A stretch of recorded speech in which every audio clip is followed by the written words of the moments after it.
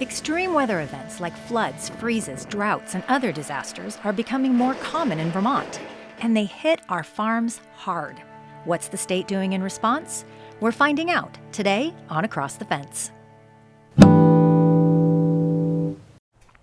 Hello, Vermont. The prevailing message from climate scientists is that with climate change, adverse weather events are gaining in both intensity and frequency.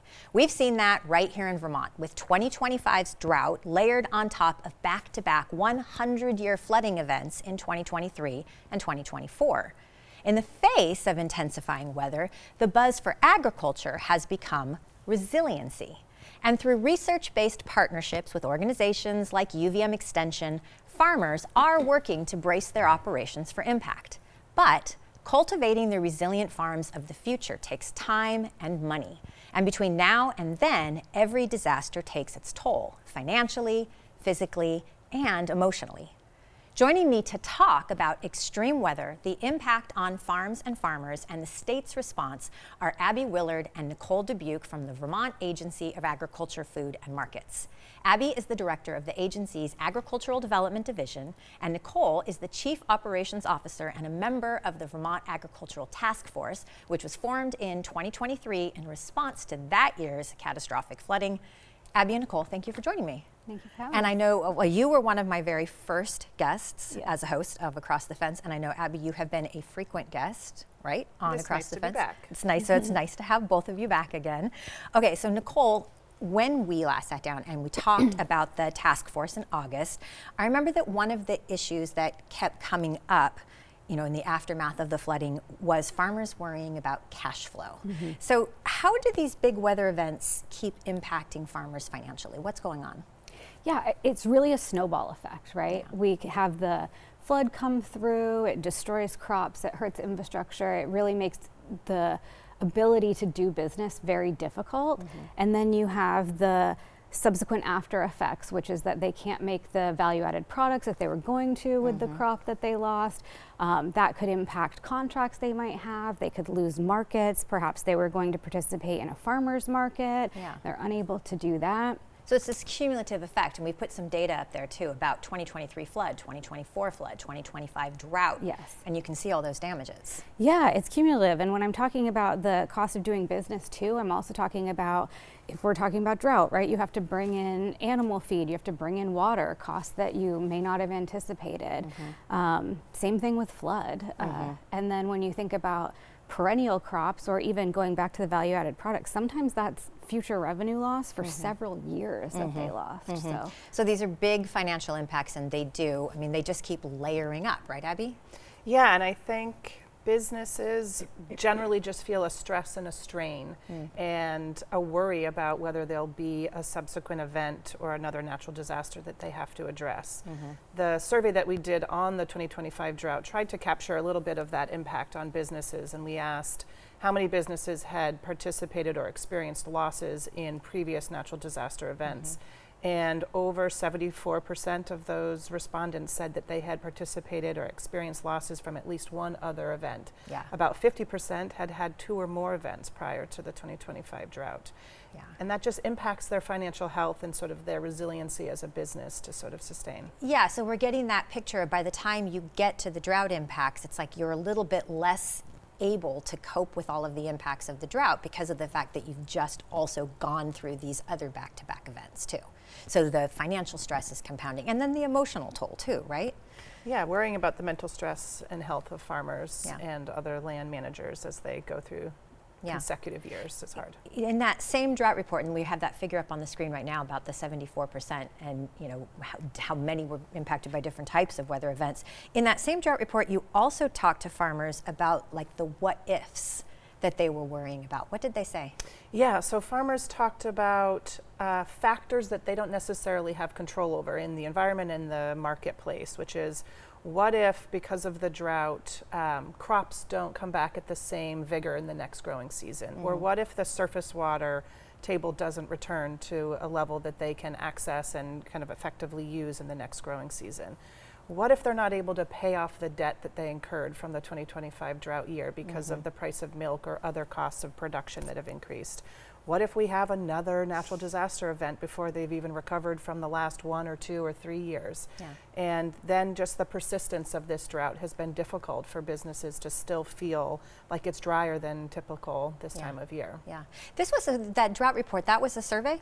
It was. And yeah. how many farmers responded? So we had 198 unique businesses from across 109 towns. Okay, wow, so that's a pretty good sample.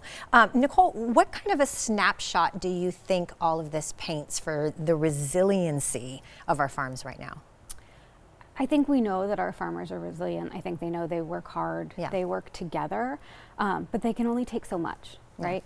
And so the compounding of multiple years in a row, I think we need to support them as much as we can, and I think this snapshot shows that we need them, but we could lose them. Ooh, gosh. That's actually a pretty unvarnished assessment of how potentially vulnerable some of our farms and farmers are. Yeah. And the businesses, right? And related businesses as well. Okay, so let's talk about the state response. Everyone needs money. What's available? So right now, as of today, the airing of this show, we're really reliant on federal programming. So USDA, specifically the Farm Service Agency, there are some programs that are available to farmers.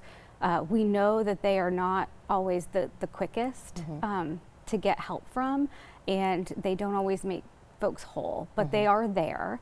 And then in the future, we're hoping that we are able to stand up a couple of new programs. It'll be kind of multi-stages, but USDA had granted the state of Vermont tentatively, because we haven't finished that program yet, $31 million for disaster recovery, specifically for 2023 and 2024 weather events. So that's outside of the drought, but still a big deal for us. We are in the final stages of getting that going, and we're really hoping that we can get that program stood up this fall, so fall of 2026. The program should be able to help farmers with market loss, the future revenue loss that they were dealing with, infrastructure losses, specifically from 2023 and 2024. So we're excited about that. Okay, good. So there is some federal money coming down the pipeline. Yes. Okay, well that's good to know. And then now when your boss, Secretary of Agriculture Anson Tebbetts, was on the show back in February, we talked a little bit about S60, which is the Farm Relief Fund. We can take a quick look actually at that. Speaking of money, I think something else you probably have your eye on is the Farm Security Fund. Yes, and that's working its way through the legislative process.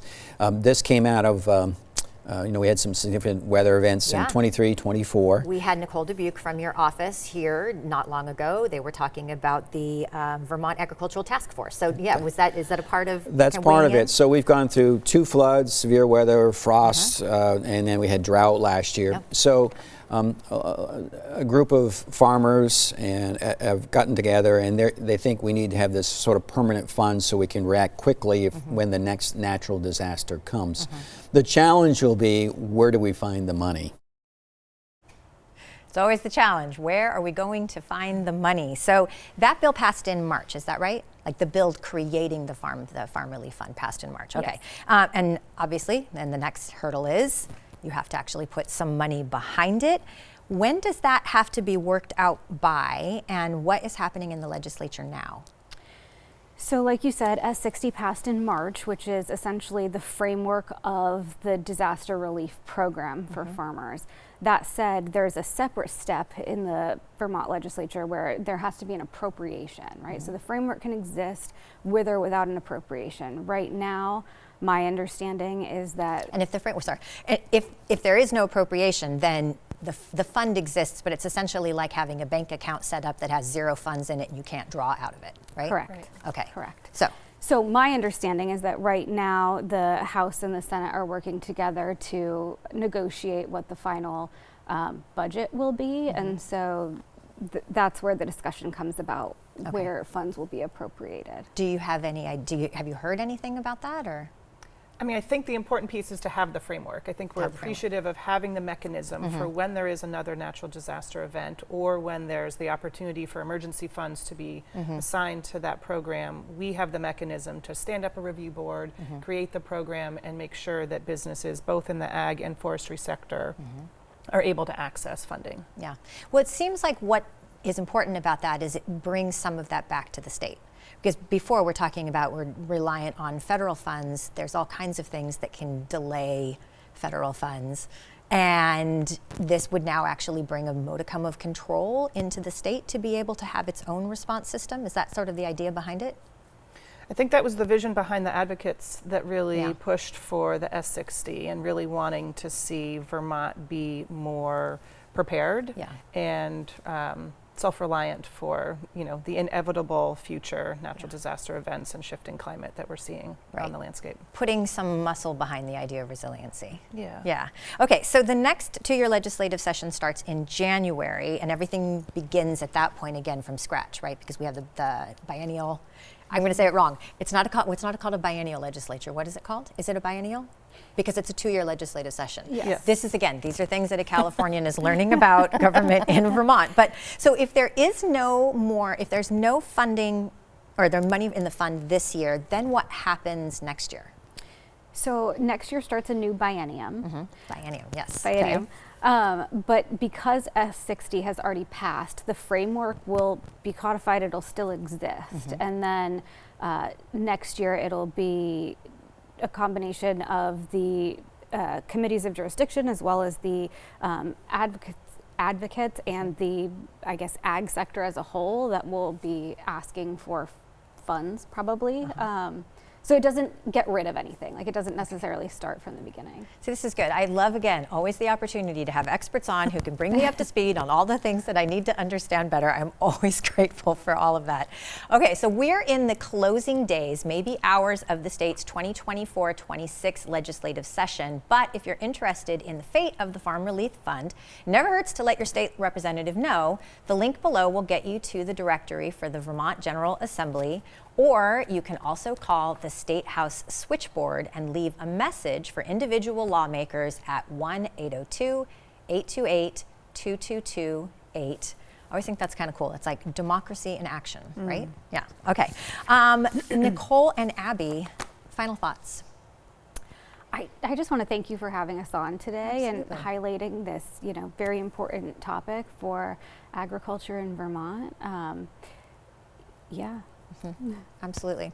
It's a pleasure to have you here.